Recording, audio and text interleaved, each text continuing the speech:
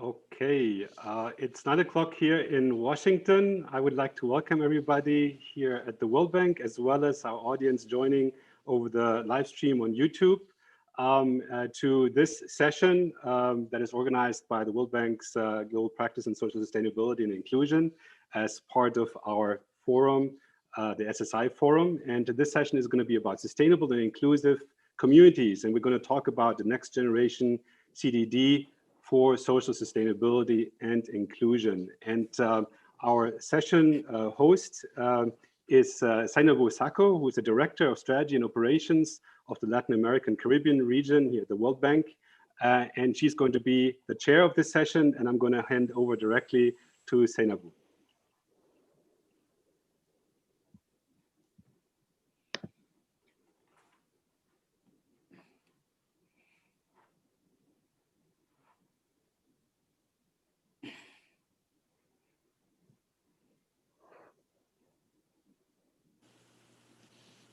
Sainabu, can you hear us?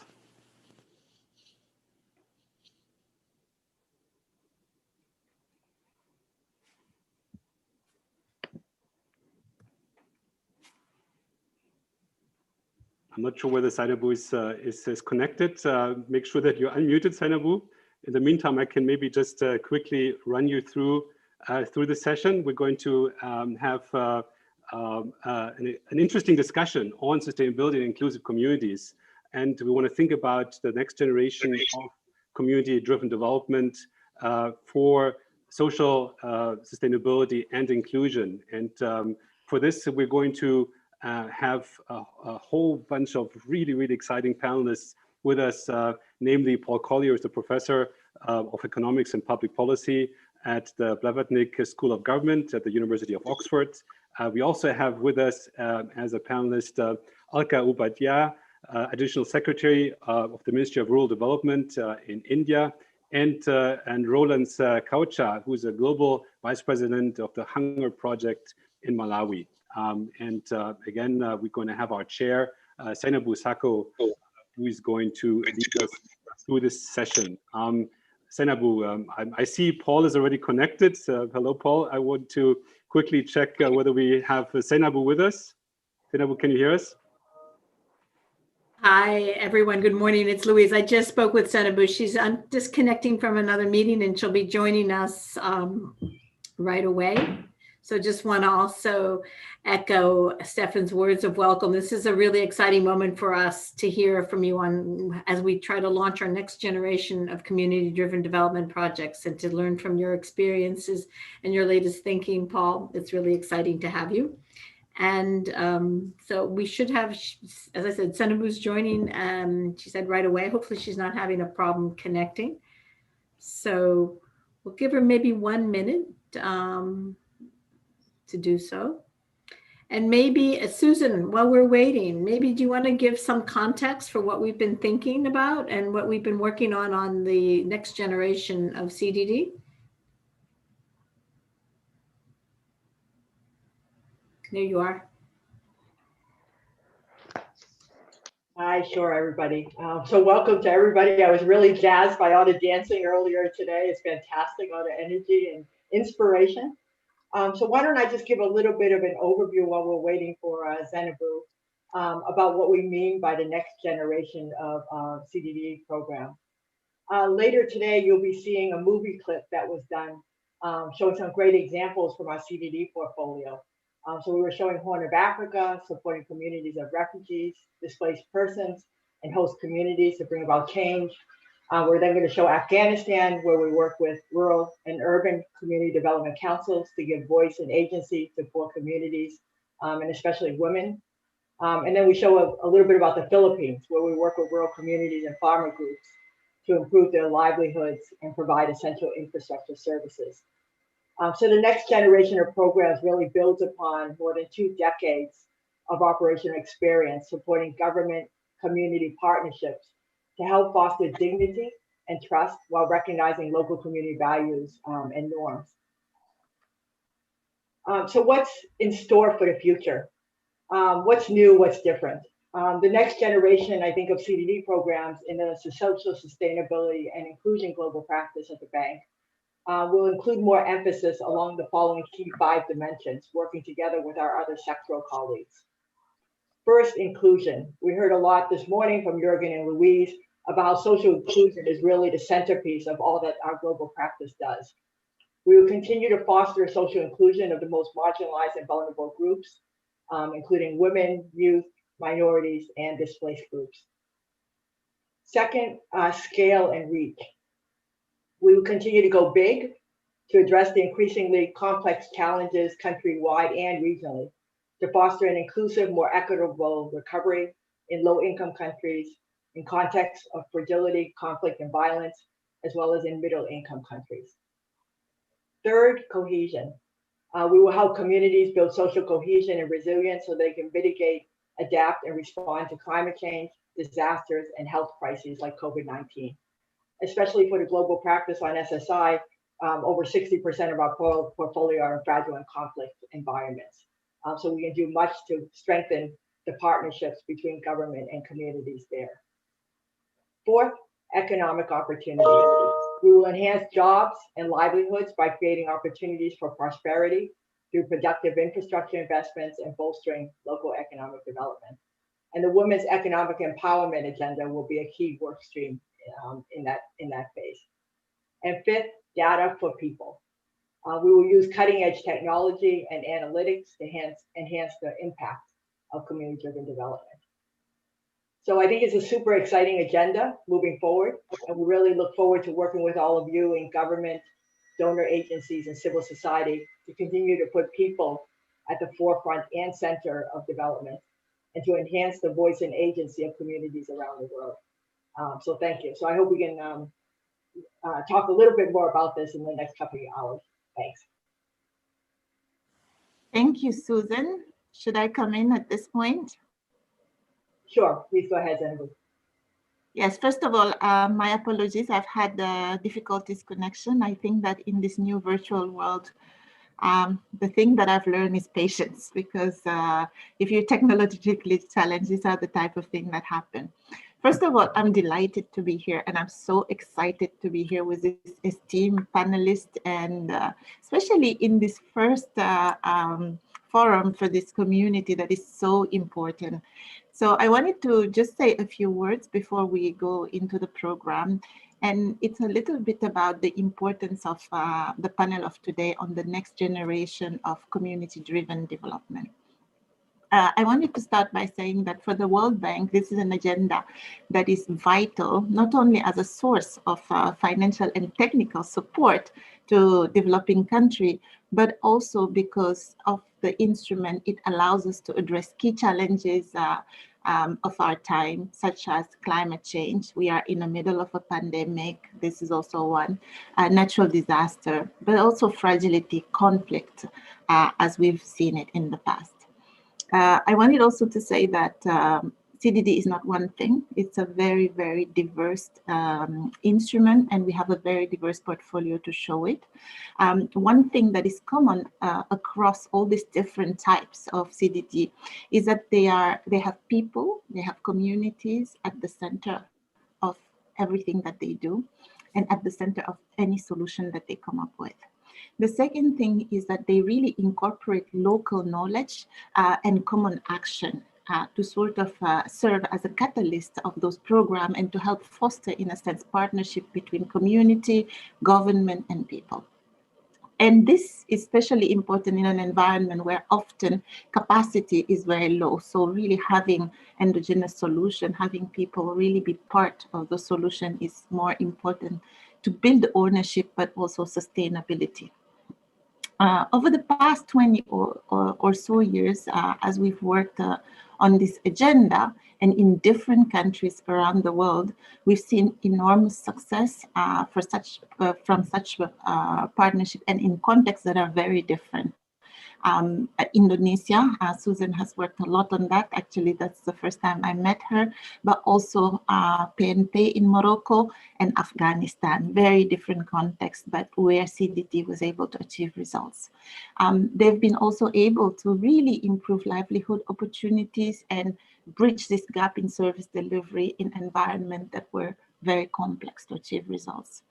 In my own work in the Latin America region, we've really used the instrument to reach out to the most vulnerable community that was a little bit in the fringe of development. For instance, this year we have developed this territorial economic empowerment for the indigenous, Afro-Ecuadorian and Montubian people and nationality. And it's a project that really seeks to improve the livelihood and support COVID-19 relief for the most vulnerable population, but incorporating their vision of development and of life and their own priority. We have built that project building on an earlier project that I was lucky to be involved with the team, which was the Panama Indigenous People Project. And there also the vision of their own way of development and a long engagement to really build the project was really key to make it relevant and to make it sharp to respond to the challenge that those people were facing in Panama. So again, I wanted to say that if you put all this together, it makes it even more exciting that this first forum on the new social sustainability and inclusion GP, we get to have a whole conversation about an instrument that is an oldie but goodies. But this time, it is fundamental to really rethink, okay, based on everything we know, what's the way forward? What's the next generation? How do we make sure that it's fit for purpose? How do we make sure to debunk all the myths that have been associated with the instrument or with the modality of working with communities? So in particular, now in this post-COVID world or recovery phase of the COVID, how can CDD be used to really assess priority needs and deliver services and deliver also development, especially when governments or public resources are tight? We know the fiscal situation right now in many of the countries that are facing both the health and the economic crisis. But within that, what can we do as World Bank? What can my colleagues who are joining us today from the SSI GP do to apply a little bit the lesson learned from all these years of experience and build it? So for that, we have a really esteemed panel to help think about those difficult questions. And I really hope that they will help our audience think, reflect on the instrument, but also how can we orient action going forward? How can we take this discussion and put it in the work we do day to day? I look forward to your insight, you, the audience, because you are a practitioner and you know this more than any of us. How can you be part of this conversation and today's session? How can you help this reflection move forward based on the insight that we will get from the panel? So without further ado, before we get to the panel, I would like us to take a quick look at some of the impact of some of our CDD program through the video. So let's go to the video.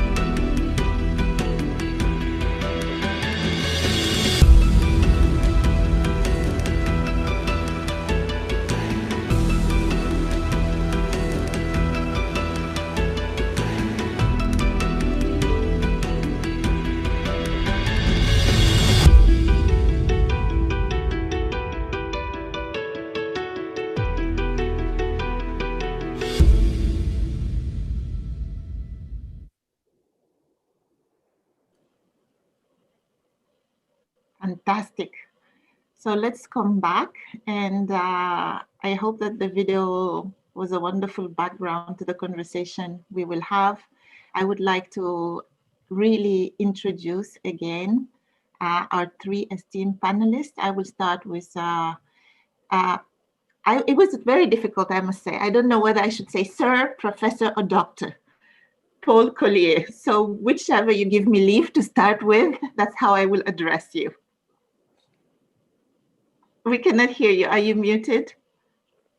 Sorry, none of the above. Just call me Paul, right? That's fine. Okay, I wasn't sure. And I'm glad to know that I'm not the only one to be confused, but it says a lot about the body of work and the recognition that you've gotten from it. So we are delighted to have you here with us today.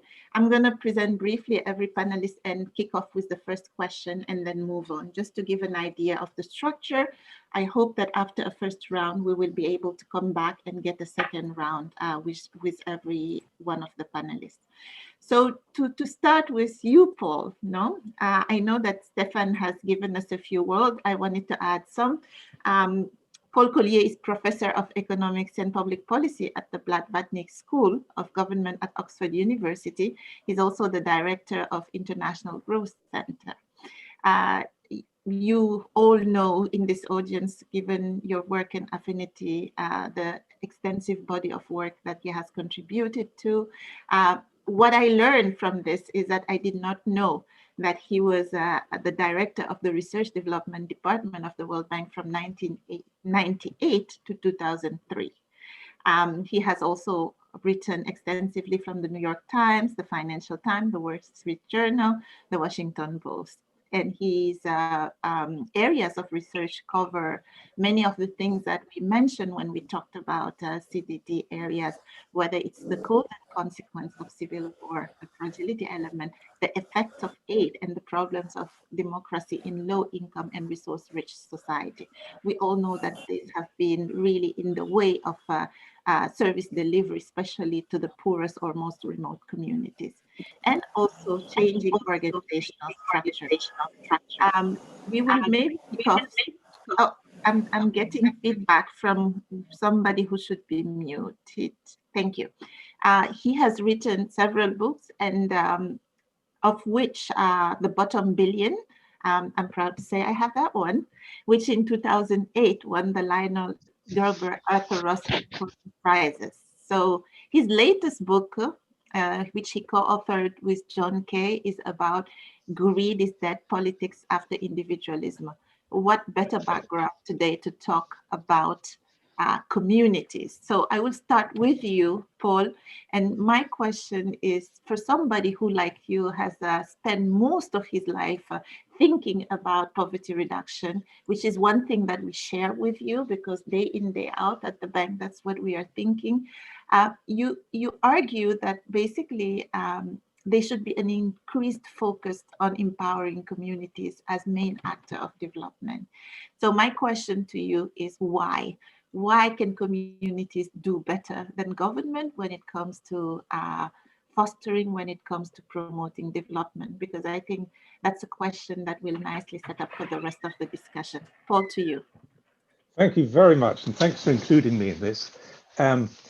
You know, I'm an old guy, but I still try and learn new stuff, and that's why I wrote Greed is Dead, because I learned new stuff. And so, two really important things I learned, right? One is the new evidence from evolutionary biology. This is Joe Henrich at Harvard, Nicholas Christakis at Yale. These are the top guys in the field. And what they're telling us is that humans are a very unusual mammal. We are much more pro-social than any other mammal. We're hardwired to bond into communities. We want to belong, and we want to behave well within those communities. And so a lot of our actions are focused towards the community and guided by the norms of the community. And so the basic human unit is not really a selfish individual, it's a community. And we have both communities of place and communities of work.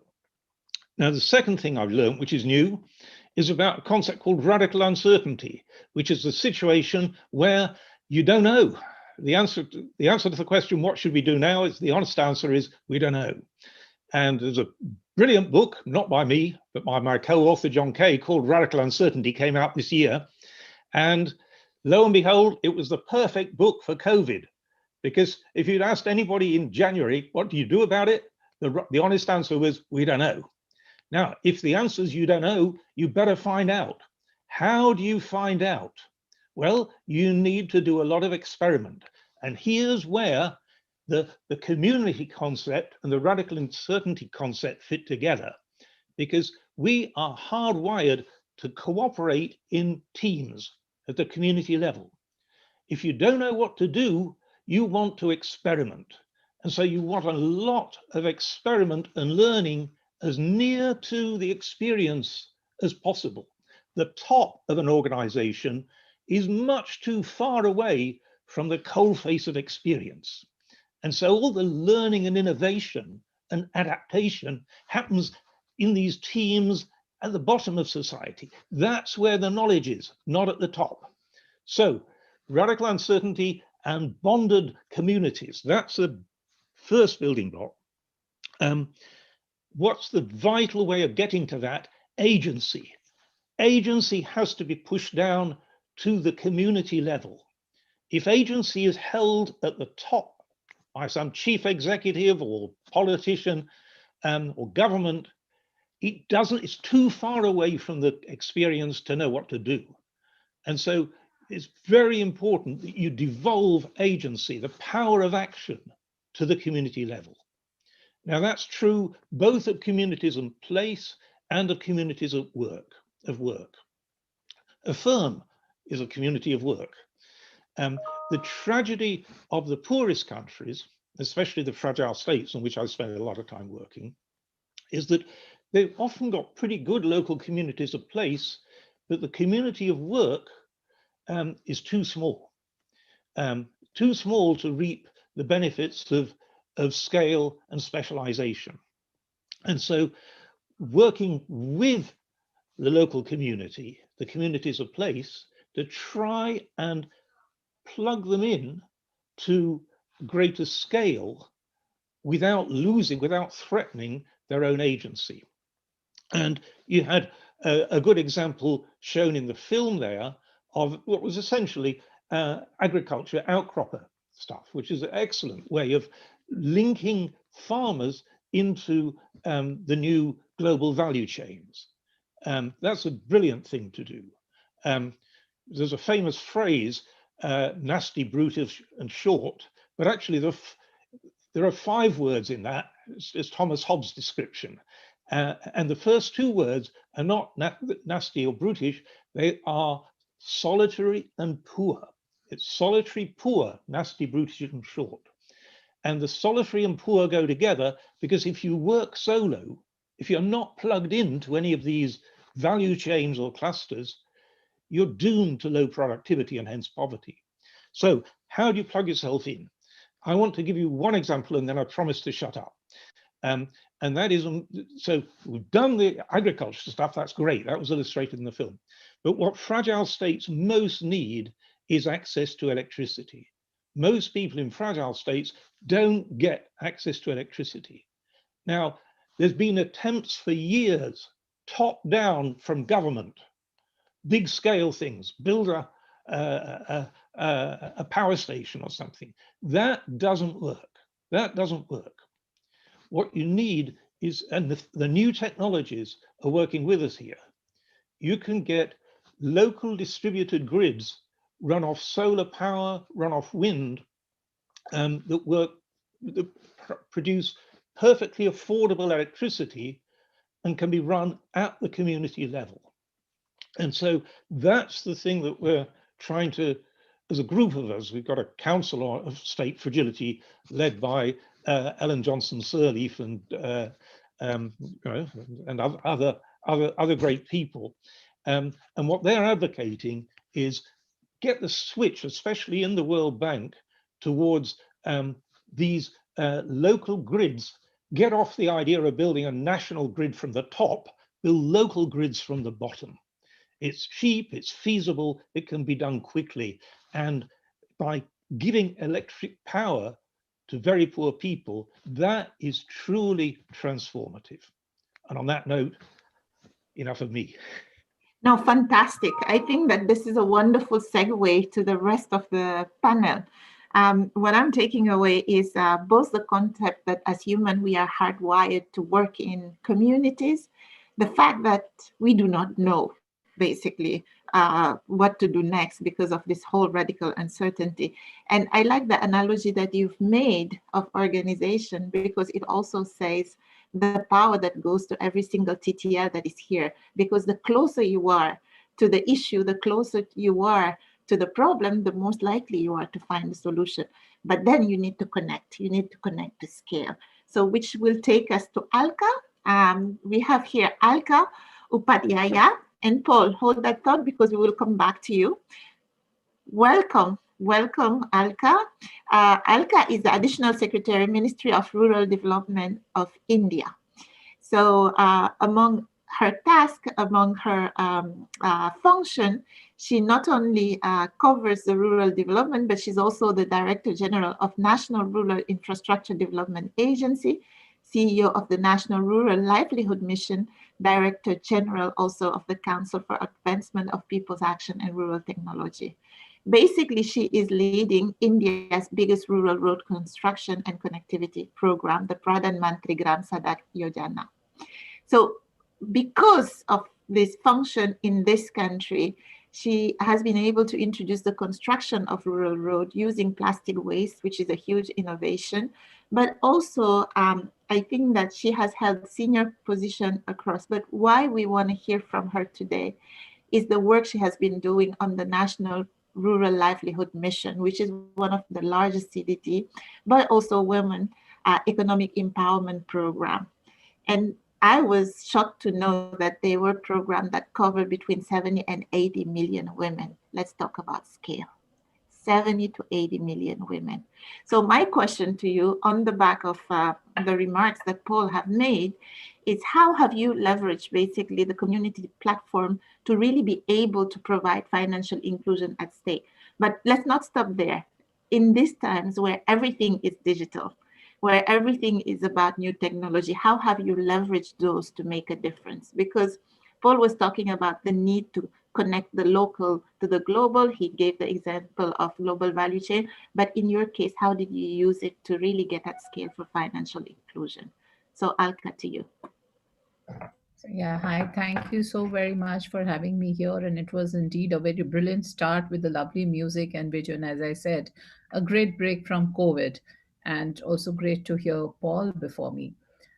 So I'll just speak on the financial linkage part because that was a question that has been asked. So while the scale is well known, and one of the important things that I want to mention over here is uh, credit in India and availability of liquid money was a very, very big challenge. And we had these middlemen, we had these money lenders who were fleecing the rural women or even, farmers time to time, and people had to let go of their land. Sometimes the rate of interest was so high that they had to give away their land because land was the easiest form of mortgage. Anyway, moving on with the National Rural Livelihood Mission, we first went into mobilizing women into self-help groups. And we have this concept of the community investment fund, which offers some amount of revolving fund to the women, which builds up their credit history, helps in maintaining their books of accounts, and generally brings in a semblance of how financial transactions really happen and should happen. Now, the SHG Bank Linkage Program basically synthesizes the formal financial institutions, our banks, with the informal sector, the ones that I just spoke about, are rural poor.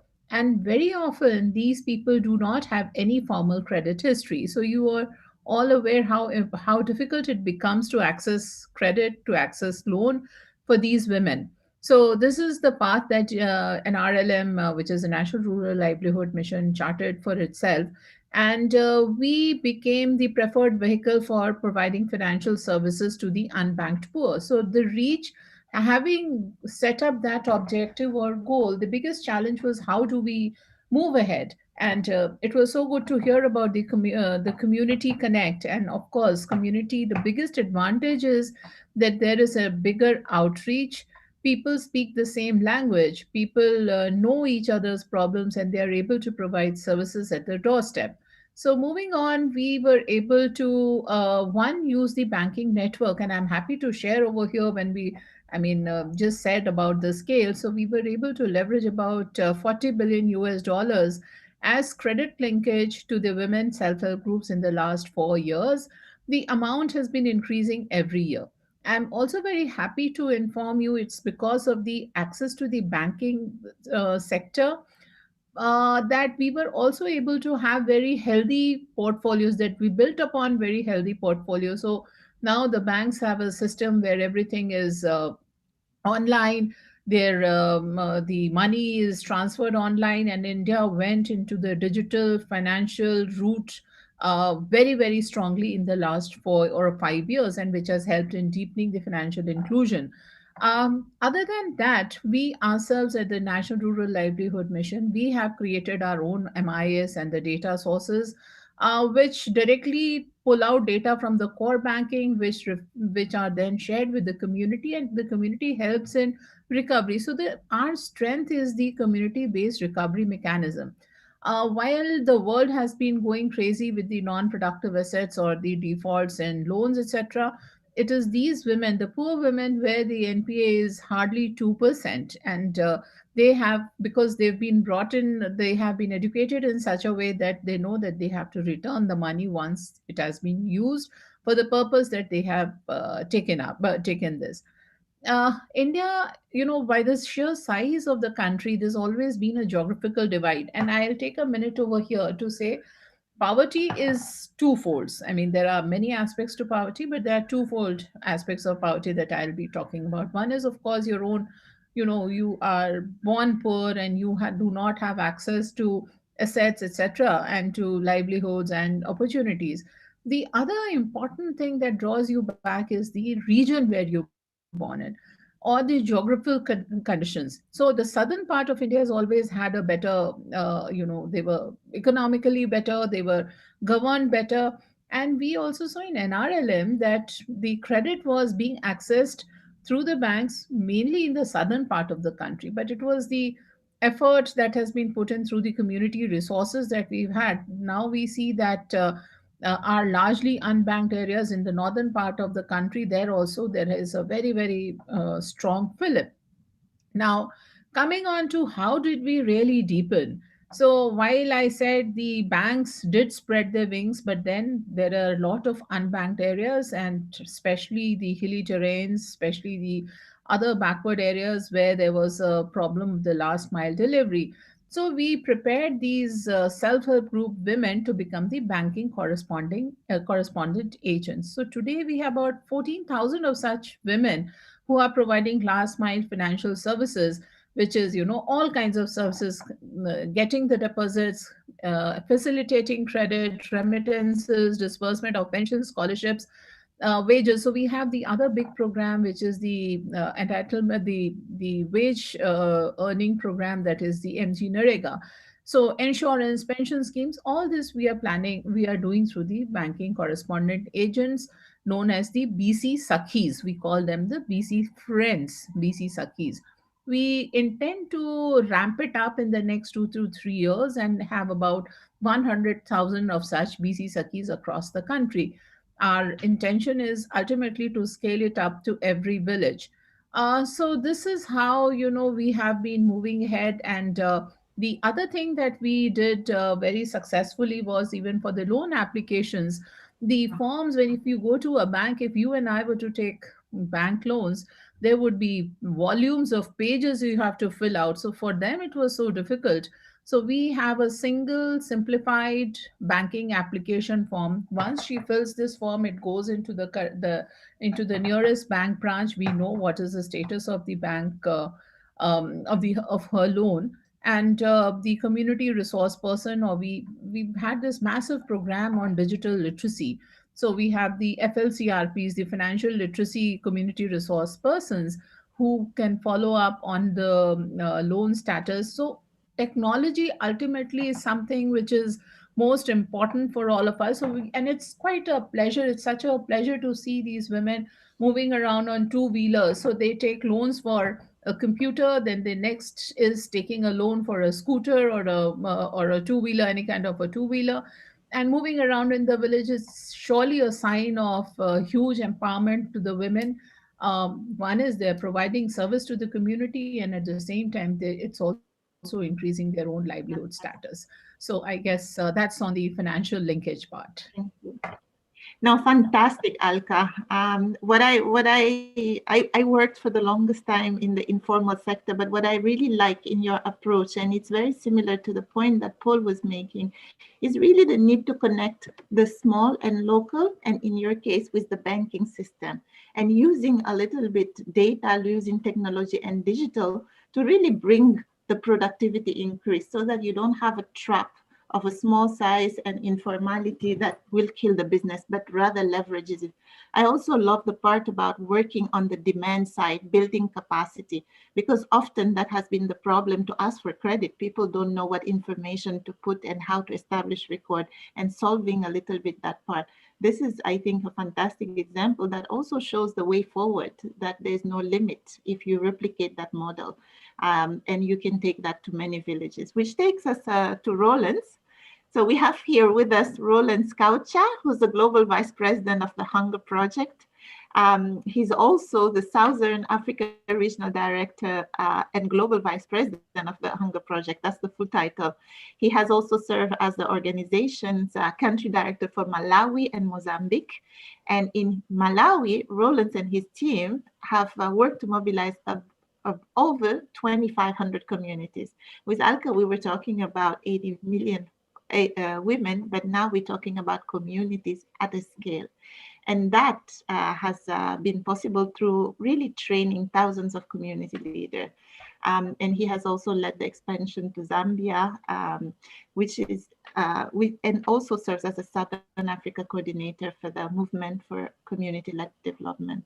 So moving from India to Southern Africa, Roland, my question to you is, based on your work of really empowering so many communities at stake, what are your reflections here on what has worked in your case to be able to lead that development, and what does it tell us? Because here it is about the next generation of community-driven development. What can we learn from the work that you and your team have led? So to you. Thank you very much, and thank you. It's a great honor to share this platform today with all of you and with Paul and Alka. Let me start with what is familiar to us, and that's what we say. We all know that transparency, participation, accountability, and enhanced local partnership, local capacity, is actually very key for every meaningful development in our communities. And when we talk about community mobilization in the Hunger Project, it is really for the goal of having the people themselves decide on and lead their own development. And that's the goal of every community mobilization work that we do. Yet, for the people that have lived centuries in poverty, this requires transformation of two factors. First, it's the issue of mindset. That's one factor, which is internal factor in the person himself or herself. One's personal mindset, one's view of the world, and the external factor are the prevailing social norms that exist around communities, most of which we work in, and most of them is this norm of dependency on a government, which always seem to be out of reach for the community. Now, what does the Hunger Project do? What we do as the Hunger Project is we use an approach which we call vision, commitment, and action, in short, VCA, to transform those two factors, internal and external. Now, on the mindset part, we engage communities. We have tools to engage communities to reflect that they do have the power of transforming from a personal mindset of I can't to a point of I can, and be able to develop a vision, not only for individuals, but also for the community, and commit to that particular vision. And then we follow it up with programs like successful self-reliant programs, which are really community actions that are taken to develop new social norms. And these new social norms are norms of we can. So shifting from I can to I can't to I can, and then we can as a group. And I think Paul really made a powerful point on that, where we have to build clusters of communities. Social norms that women are the key change agents in the communities, and Aka spoke to that point powerfully. And the social norm that we can partner actually with our local governments.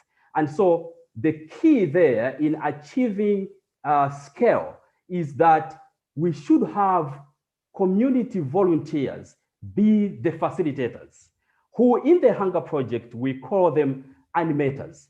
So those are the people who can form teams to drive progress in the sectors that they are passionate about. For example, women's rights, health, education, microfinance, as Aka spoke to, water and access to safe drinking water, including food and nutrition security that we see. So we take a village cluster approach that in Africa we call an epicenter. So when I talk of an epicenter, it's actually a cluster of villages working together as one group with one development agenda. And in Africa, we have mobilized over 2,000 communities with a total population of 1.8 million, right? With people that are in about 119 epicenters. And that work has been done by a total of 39 animators across those regions. And here is the good thing: half of those communities, of those epicenters, they are actually self-reliant. Meaning what? It means that they are continuing with their own development even after the Hunger Project has left, and they require no further input from the Hunger Project. Just to give a bit of statistics, there is, we have seen that actually 35% of these households in these communities have achieved long-term food storage, and 43% of those households have home gardens as we speak, while 34% have reduced from being moderate, from being severe to moderate in their hunger situation. Now, how is that possible, and what is happening to drive that change process? It's because it is recognizing that change has to be driven and owned by the community leadership itself. And what we built, actually, I know as we talk of COVID, the questions are, how does that show up then in the context of COVID? You know, and what we have seen is that these community leadership development programs were initiated for self-reliance and sustainability. But along this pandemic, it has actually revealed to us, it's as if we didn't know that the community leadership is actually well set to respond to crisis, including the COVID crisis itself. And I'll be glad later on as we move on to give examples on how the community leadership has shown up in the COVID response program that was going on recently and which is going on now, and what role those communities can play as we enter into the rebuilding phase. Now, the question always is, so what is the role of government and community leaders in that space? And one of the most important lessons that we are learning from community-led development is that quality facilitation matters. Governments have resources. The civil society has the quality facilitation for community mobilization. Now, what we need at this stage as we move on with the second generation CDD is bringing these two together to make sure that we combine the strengths from those two, and that will be key for progress. The second thing, which is the last in my speaking now, is that in most of our countries in Africa, the gap between the district and the community is too great, and the district resources are actually too few. I mean, Paul spoke about agency. We need to push agency closer to where it should be, and so a well-organized epicenter, those clusters of villages that we mobilize together in Africa. So a well-organized epicenter, we have seen that it is able to negotiate for services from the district and leverage those scarce resources by constructing infrastructure, creating linkages between animators and the district provided functionaries themselves. For example, agriculture animators can meet with extension agents and then reach every farm family after they have done that by creating that multiplier effect. And those are some of the examples that we have seen in our work, in our community mobilization work in Africa. Thank you. Thank you, Roland. I really like what you said when you say from I can't to I can to we can. So it's really a process, and what goes into it in terms of not only the individual, the change of mindset, the behavior change, but also the organization, no? Which goes back to the point that Paul started with. How do we think about it, both at the decentralization level from central to subnational, but to all the way down to the community, and the notion of building that capacity to advocate, to ask, to organize, and to deliver service in what you call epicenter, which is also about capacity and delivering results. So really, I think a good perspective here. We have about 15 minutes before we open to questions, because again, we have to bring agencies from the front line, and they have, as practitioner, many questions to ask to you. I want every one of the panelists to really give us some parting words that have to do with the exceptional times we are here. I think that with COVID, every assumption we had either was reinforced or was really debunked. And this is really a time to think about response, but recovery, to think about the models of development we're using. So if this is about the next generation of CDD, I would really like to hear from every single one of the panelists, starting with you, Paul. Do you have anything that you can bring, either an interesting anecdote from your book, but that is relevant to the moment of now and to this shift to really empower communities to be agents of development? Anything that you can share with us? Then I will go to Alka and to Roland, and really from the work that they are doing, what can they share with this group that is relevant to either the COVID response, but also the COVID recovery in terms of development model? So Paul, to you. Thank you. Yeah, I think COVID has provided a very searing example of why top-down doesn't work. I live in Britain, about the most highly centralized country in the world. And so everything was done from the top.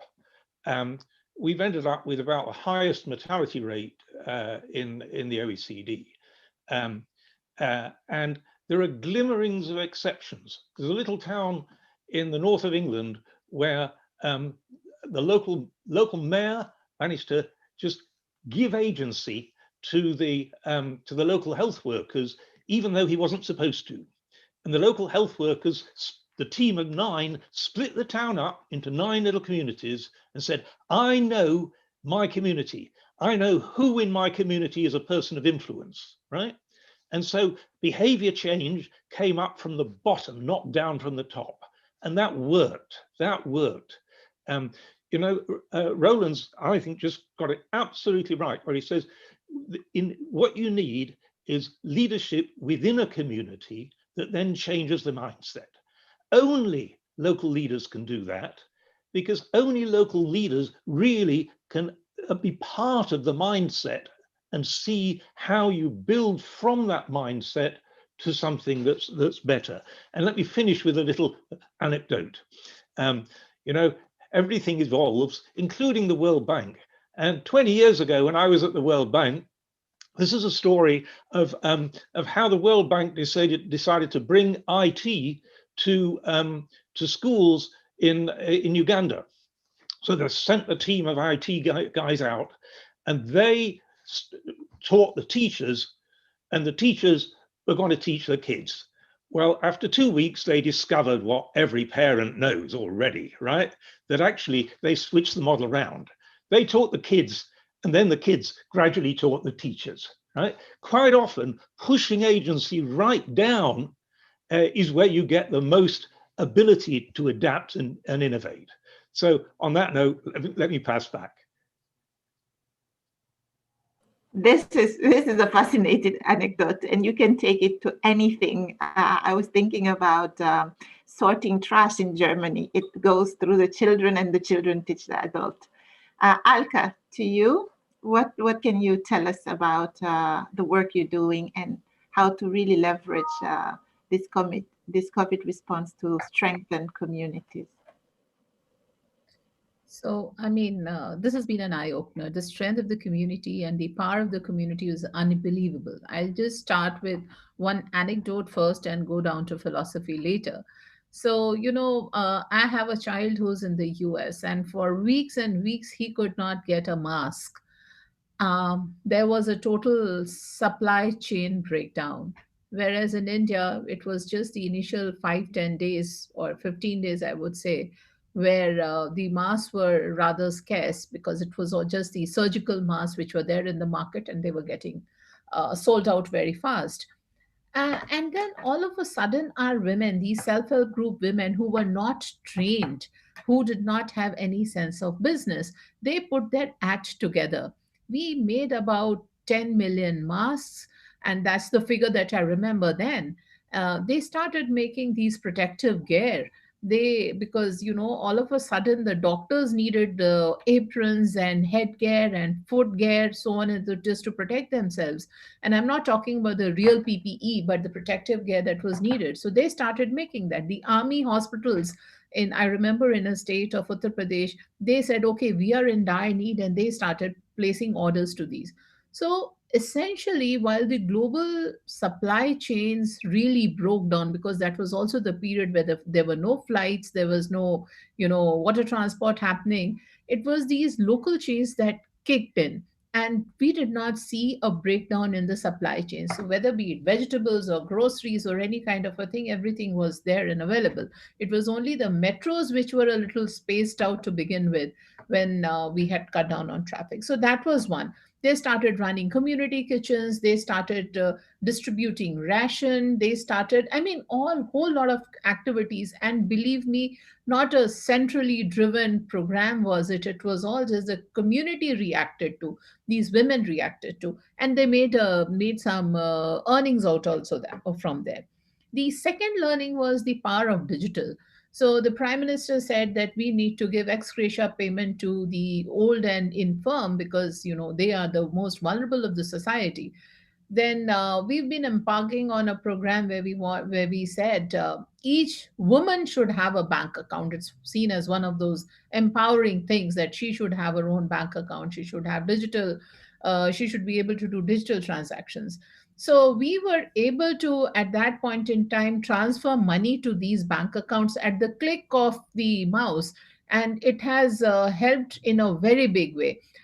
We were able to send money to about 33 million of our women in just one go. So that was the other big learning, that this is the time when we will need to move on to things that are digital. There will be a disruption in terms of physically being together. So these are the two things that I just thought were happening.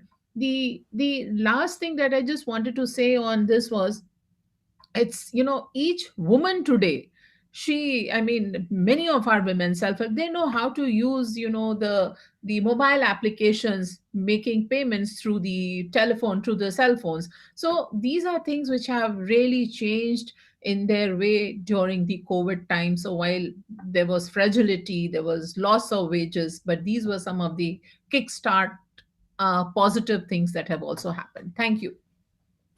No, I am very moved by your story, because what it says is that we do not know where the next crisis will come. But if you have people who are empowered, if you have communities that are empowered, you can trust them to be able to react to whatever comes and get organized. And not to be afraid of disruptions, because often that has been on the way of really rolling out digital system. And this crisis has been an opportunity because it forced many governments to put their social protection and really try to reach people. But that should continue. It shouldn't stop here. With that, I want to go to Roland for your parting words on what can we learn from the COVID response for this next generation of community-driven development. Thank you very much, and thank you for that great question. You know, I think personally, I think the biggest mistake that we're going to make is by going into the same space where we started from on our view and mindset about community level leadership. You know, what the pandemic has shown us is something so unique. International organizations were pulling out from, in fact, right now, international organizations or CSOs are strategizing on how to re-enter communities. Watch this. At the time when we were all pulling out and now re-strategizing on how to re-enter, there was and there still remain a leadership that stood with the people. That was there, that never changed, that stood, they have no two places. And people trust that leadership. And it has demonstrated to us the power that is in that leadership. I'll give you a few examples. You know, in Senegal, a family welcomed and shielded their sick relation who had just returned from the city during that time when the figures were going up. The government was unable to go, government officials were unable to go. They were fearing mob justice, that maybe the people will attack them. Guess who did the work? Thanks to the community animators. They went and talked with the family members and later invited the Ministry of Health official to come pick up the person who was later tested COVID-19 positive and was isolated and the family quarantined. In Senegal, within a period of 9 days, community animators mobilized their communities and set up 2,600 tippy taps for washing of hands and awareness of the community in 59 communities. In Uganda, we have seen these animators working with the local government on special targeting of the people in their sub-district civil protection committees, helping with targeting and identification of the most needed people who require government support. In Burkina Faso, at the epicenter, at one of the epicenters there, the epicenter committee was actually congratulated by the health district officials for being the first responsive and most dynamic community in the entire region in terms of sensitization in more socially distanced group, door-to-door messaging, distribution of awareness posters, demonstration of low-cost community handwashing tools, and reaching out to the municipality for support with the suppliers. And then later on, the municipality integrated those epicenter committees into communal COVID-19 response committees. How should the next CDD generation, what mindset? That is what is very important. What mindset should we have? The biggest mistake we are going to make is to shrink back this space of leadership. It is now time to rethink on how we are going to allocate resources towards building recognition and building this leadership, which actually was there with the people when all of us were withdrawing. As I speak now, I think history is standing and watching on all of us to see what we are going to do next. And I hope we are going to make the right choice. Thank you. Thank you, Roland. Fantastic parting words. What I'm taking is that the world we left is gone anyways. If we wanted even to go back, it wouldn't be there for us. But what I hear from you is really a story of ownership, of leadership, and also of action, not to wait for government, not to wait for international organization or CSO, but really do what needs to be done and move with it. And I think this is also a paradigm shift that is happening even within the World Bank in how we implement our project, with these travel bans, we have to rely on local capacity. We have to rely on people on the ground. We have to think of system where people who are living development become the implementator rather than having somebody flying or coming from another place. Now it's not possible. So how can we really take the opportunity of now, as you said, to really change the way we are thinking and give back and empower those frontline? So with that, I think it's a perfect time to really go to our audience. That has been a wonderful audience. Susan, may I kindly ask your help to sort of curate some of the questions that are coming from the participants so that we can direct them to Paul, to Alka, and to Roland. So we have about 20 minutes of question before we start getting to a close. So to you, Susan. Sure. Thank you, Senator Boo. And first of all, thank you very much for the panel of speakers. It was just wonderful hearing their stories coming from different aspects, from academia work, from the government, and also from the grassroots organization. So just really wonderful perspectives on the work we do on CDD. I also think that the conversation highlighted a lot about what's happening currently in the reality of COVID. Paul was talking about what happens in UK, sitting in the Washington, D.C. I mean, the first ones responding right now are food banks, community organizations, sending food to elderly and vulnerable, our frontline workers and so forth. So just the power of a community to make change and to react quickly, as we've seen many times before in crises as well. So there were a few excellent questions on the chat. There were several questions on just this issue of exclusion and elite capture at the community level. Actually, I thought of that question also when Roland was speaking about having worked in Africa as well, that big gap between the district level of government and then communities. Okay, and a lot of times that gap actually does lead to wider exclusion issues as well.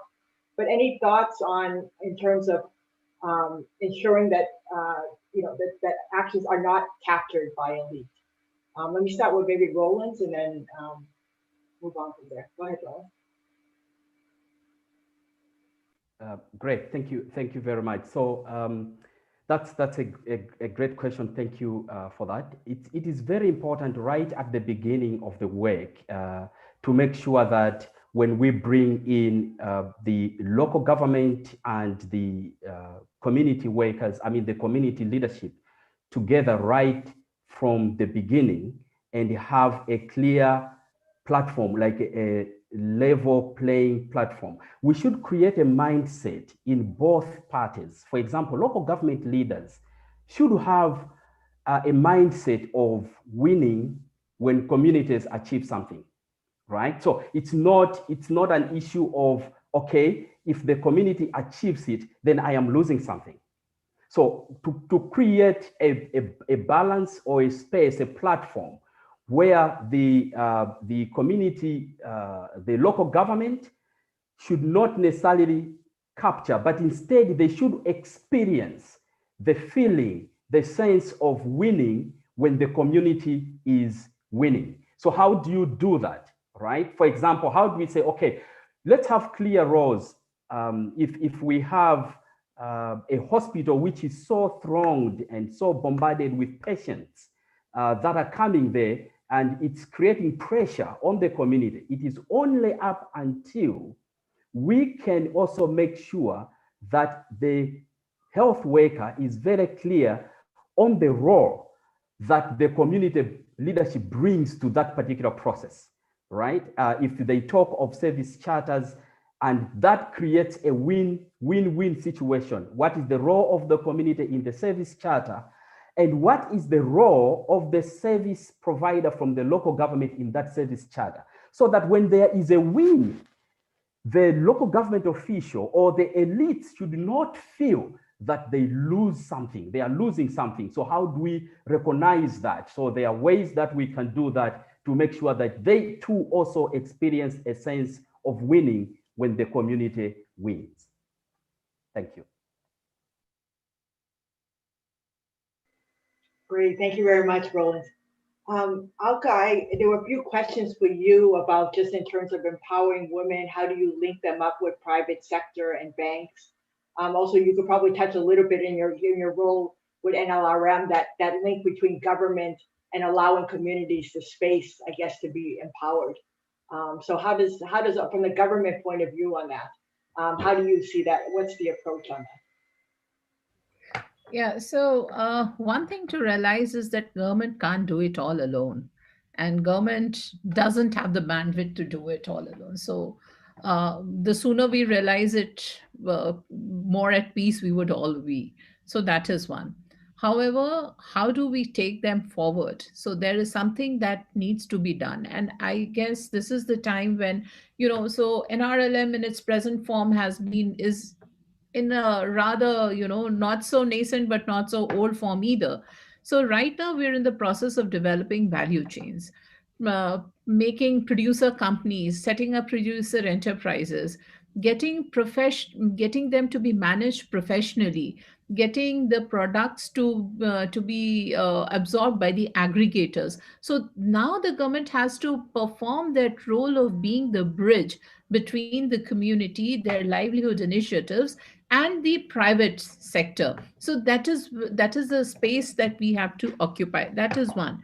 Number two, we also have to think of the rural enterprises as really mini or micro enterprises. You can't go to scale. And thinking about women who some years back, a couple of years back, didn't even have a bank account. They don't have a bank history. They don't have access to technology. But now after we've stepped in, so we are doing the startup village enterprise programs. So wherein we are promoting these very, very small enterprises, the community gives out loans to the community, to these people.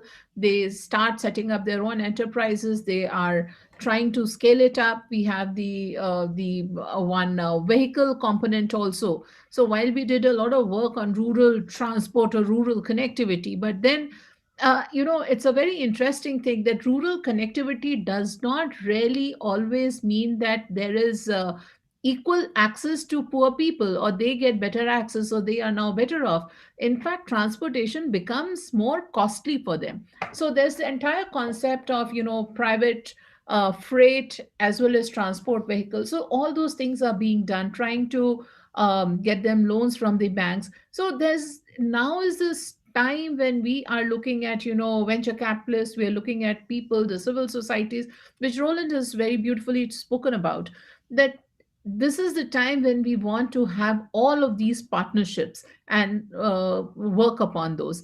In fact, something that I just wanted to share over here, and which is not directly related to my question, but something important. So, there's always a conflict between the local self-government and these community institutions. There tends to be. And the best way would be that these community institutions, or these members of the community, they get upgraded in such a fashion that tomorrow they become the leaders of the community, or they become members of the local self-government. But there is a conflict there. And how is it that the need of these people from the real felt needs get absorbed into the local level planning? So there is a lot. So India has this 73rd constitutional amendment where funds, functionaries, and responsibilities, everything got transferred to the local urban bodies and to the local rural bodies. We call it the PRIs, or the Panchayat Raj institutions. So they got transferred. A whole lot of fund goes in there. But the emphasis is strictly on building infrastructure for reasons known to everybody. So there's a lot of emphasis on infrastructure. But what about the human infrastructure? What about capacity building? What about, the livelihood plan? So that has never been talked about. So now we are stepping into that space, and we have these Gram Panchayat development plans, or the village development plans. We have mandated that the village development plans should necessarily incorporate the VPRPs, or the village poverty reduction plans, which takes care, number one, of the most vulnerable, and number two, the livelihood needs. So, I go to the villages and I see these women doing fantastic job, stitching dresses, because there's a lot of patronage by the government. So the school uniforms are being done by these women. But what they need is a small now the village body is unwilling to give them unwilling to give them any kind of space over there. So those are the small things that these women need to be supported with. And by way of the village development plans, we are trying to ensure that these things get incorporated. Lastly, Kerala is one of those very advanced states in India where the literacy level is very high. The democratic decentralization is extremely good. Now, there we have seen a very successful thing. And we have seen that our SHG members, many of them, a large percentage of them, have gone on to become the local community leaders in the form of local self-government. So this is the ultimate that we would like to move on to, ultimate path on which we would like to move on to. Thank you so much. I took a lot of your time. No, thank you so much for sharing those examples, Alka. It's really inspiring, and also certainly that linkage between community mobilization and village planning and the linkage with government, I think is really helpful. So a question for Paul now on just this whole discussion about, you mentioned on agency and pushing that agency down to the local levels. How?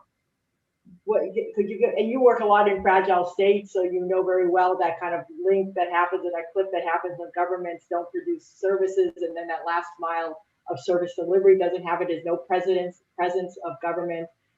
Citizen-state relationship is weak, and the trust is weak.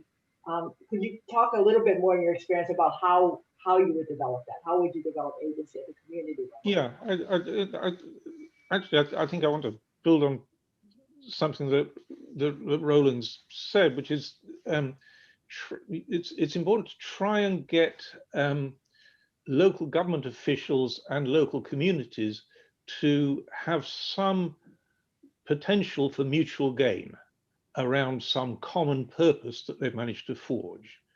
The really damaging mindsets is where people see their struggle as a zero-sum game. Either the local government official gains or the community gains.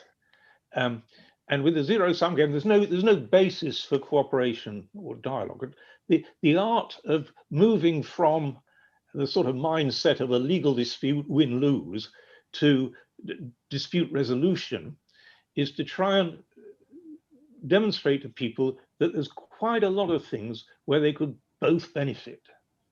And the reason why local government can really benefit is exactly what Alka said in her last intervention, that government can't do it alone. If a local government official insists on having all the power, along with all the power comes all the responsibility. And since that's going to fail, they're going to be responsible for failure. Now, many local government officials would actually rather to participate in something that succeeds. It's good for their own career and so on.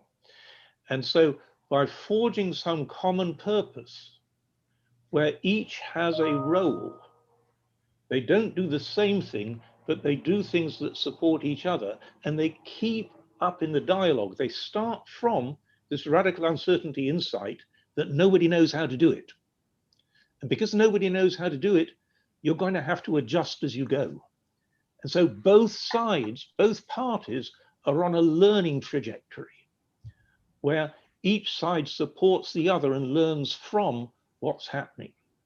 And trying to build that common purpose around very practical things.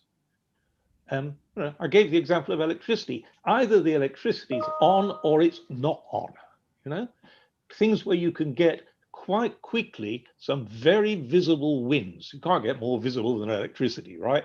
But that sort of thing. And then it becomes easier. This is the good news, is that as communities start to see, oh, that worked.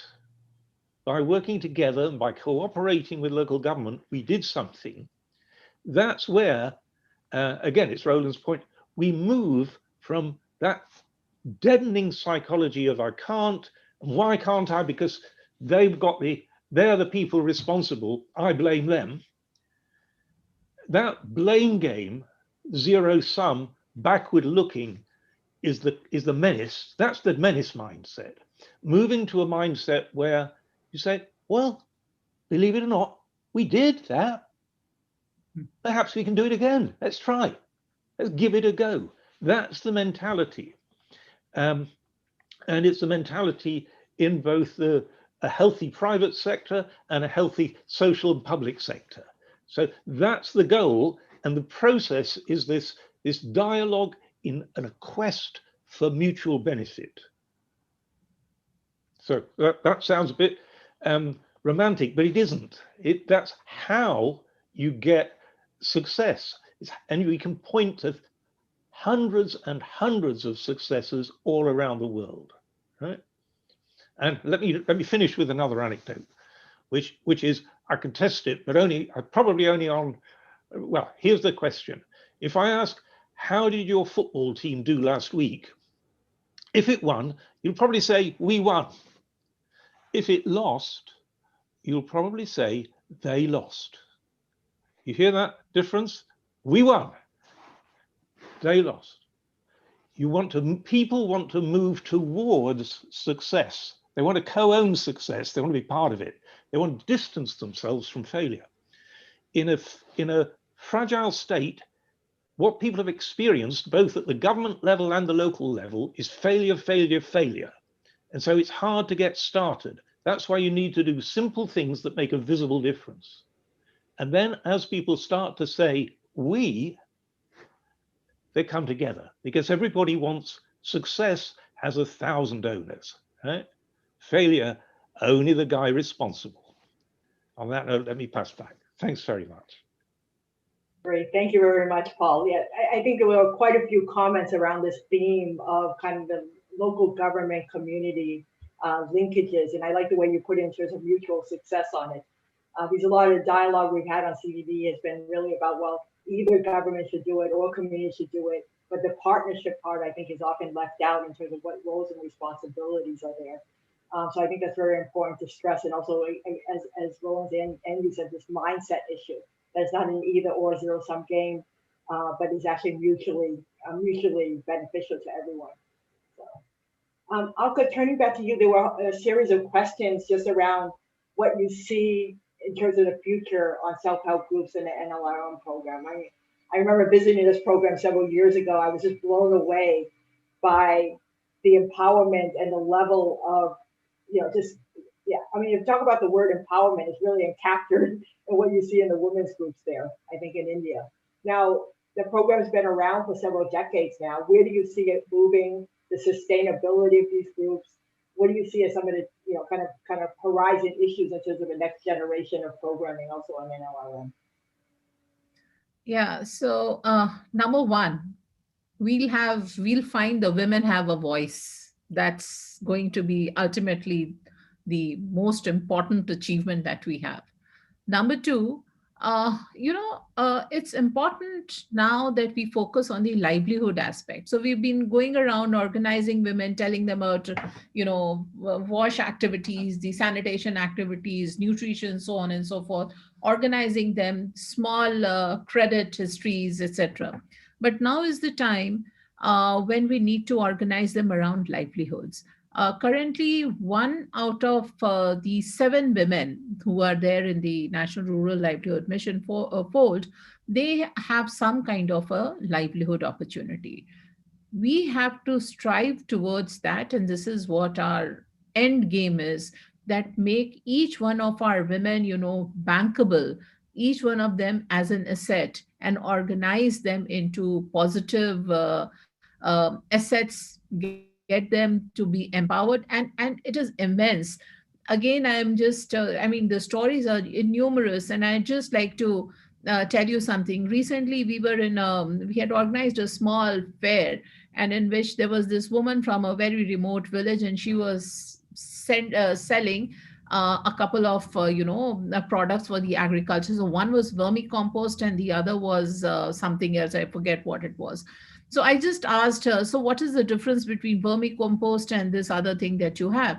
And the interesting thing was she spoke in an agriculture expert's language. So that is the power of the community, how the teaching is going down, how people are being taught. And lastly, the issue about social inclusion is very, very important. Right now, we are seeing a lot of things happening, but who is to be included? It is the weakest who is to be included. We do need to have a system. We do have these SECC data, the socioeconomic census data, which we're using as a base to touch upon the lives of each one of them, trying to create a history, or what is the input that we've given and where have they reached where would they reach in the next 2 or 3 years or 4 years. That is the kind of thing that we are trying to capture currently. So, I mean, that's my dream, an empowered woman having her own livelihood, able to speak her mind out, able to protest to whatever is happening against her own rights or liberties. That's my dream, and this is what we are working for. Thank you. Thank you. That's a wonderful dream, and it's wonderful to see how the arc of development and how this has transpired in India. So really wonderful. Congratulations to the government of India also for leading this. It's an example for the rest of the world as well. So last set of questions. There were several questions on technology, which is something that all of us deal with quite a bit. There can be a huge digital divide for those who have technology and those who can't. I know in many countries, especially fragile states, we can't get the money down to people through digital and bank accounts and so forth, and money wallets and what have you. So maybe Roland, if you can share a little bit your work in Africa, how are you making sure that technology is actually being used in the communities that you work in to make sure that it's democratized and that people actually really do have access to it? Any thoughts on that? Thank you very much. So yes, this digital divide it's a real thing. It's a big thing, and one of the things, the innovations we have done in our work is to start developing partnerships, strategic partnerships with institutions that can provide technology, and at the same time trying to transfer content of the work. Like for example, right now our content of the work is these village-based workshops, which I spoke about. The vision, commitment, and action workshops are done physically and all that. And surely the issue is in a moment like what we had, where physical distancing is the norm of the day. How do we make sure that those trainings are still going ahead? Those village workshops are still going ahead. There's a way that content is being pushed into the communities. And so what we are doing there is to develop those strategic partnerships to be able to transfer content and reduce the person-to-person and also leverage technology and have a wider reach. The second space that we have also explored is the issue of epicenter IT centers. Those epicenters that I spoke about, these are community centers where you also have their infrastructure, like you find a health center, it's there, a rural bank, it's there, food bank, it's there, the whole community hall is there, a nursery school for young children is there. Behind it, you have a garden where you can practice new farming agriculture technology. And so now the thinking is transforming those ones also, or leveraging those ones as epicenter IT centers in those particular communities. So those are some of the changes that we are also learnings that we are also taking in recognition of the issue of the digital divide. Thank you. Great. Thank you very much. I think these were excellent questions from the audience as well as responses from the crowd. I think this is wonderful from the panel just to hear, where you're going with this agenda. So thank you very much. Let me turn over now to Senabu just to wrap up a bit before we go into small working groups. Thank you, Susan. I think that this was a fantastically led session, but also I love that we moved a little bit from the what to the how. And this is what day-to-day people are struggling with. People will tell you, how do you align incentives? How do you make sure that people all want to do the right thing? That basically local governments see the success of the local community as something that they have to strive together for. That you make sure, Alka, your dream is one that is very present in all of us. You make sure that the weakest link in the society is not forgotten.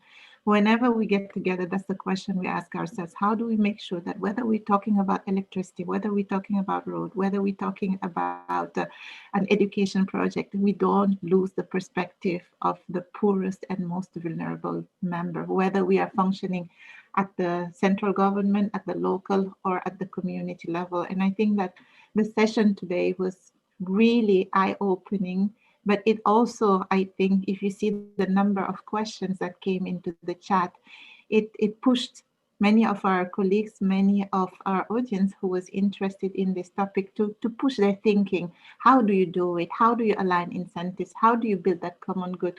How do you empower people? Because when you empower them, even with radical uncertainty, if something happens, they can start moving the needle from where they're sitting because they are the closest, because they've got an agency and empowerment to move. So I think these all were fantastic, fantastic points. I really want to thank all of you for this discussion and for really inspiring this community that is so central to the work we're doing, to our mission also, to really keep moving and adapting instrument, because it serves nothing if we are stuck in the past, because the world is changing, our clients are changing, and the community themselves, they're taking onto their hands their development. So to be relevant to them, we have to continue supporting their capacity and supporting that movement. So thank you so very much for joining us today. Thank you, Paul. Thank you, Alka. Thank you, Roland. Thank you, Susan. Thank you all the colleagues who have made this happen. There's lots of organization. This is not the end of the conversation. There will be a breakout room. So right back to you, and looking forward to more discussion. Thank you. Thank you. Thank you. Thank you so much, Zainabou, and thank you so much to our panelists for the fascinating discussion. Very, very inspiring. And I think there are a lot of ideas that we're now going to take forward as well in our continuous discussions on this topic. So thanks a lot. And with this, I would also like to thank our audiences and participants that were connected and are connected on the YouTube live stream. Thanks so much for joining us today as well. We are now going to close the live stream, and please stay tuned for future live streams on this channel. We are going to continue with our program here at the forum with our segment on some reflections on this. I mean, there's lots of things that we've just heard from our panelists in this session, and we want to take the opportunity now to go again into small breakout groups and reflect a little bit on this. What does this mean for us very concretely? How can we take some of these ideas now into practice in our projects, in our programs at the country level? What are the types of mechanisms that we need to do more of or less of in this new world, as Zainabou has outlined it? Well, we're not going to go back to the normal, but there is going to be a new normal that awaits for us. And so what we're going to do now is we're going to have a 14-minute, a bit of a shorter reflection in small groups again. So Laura is going to catapult you again into randomized small groups of up to 4 participants.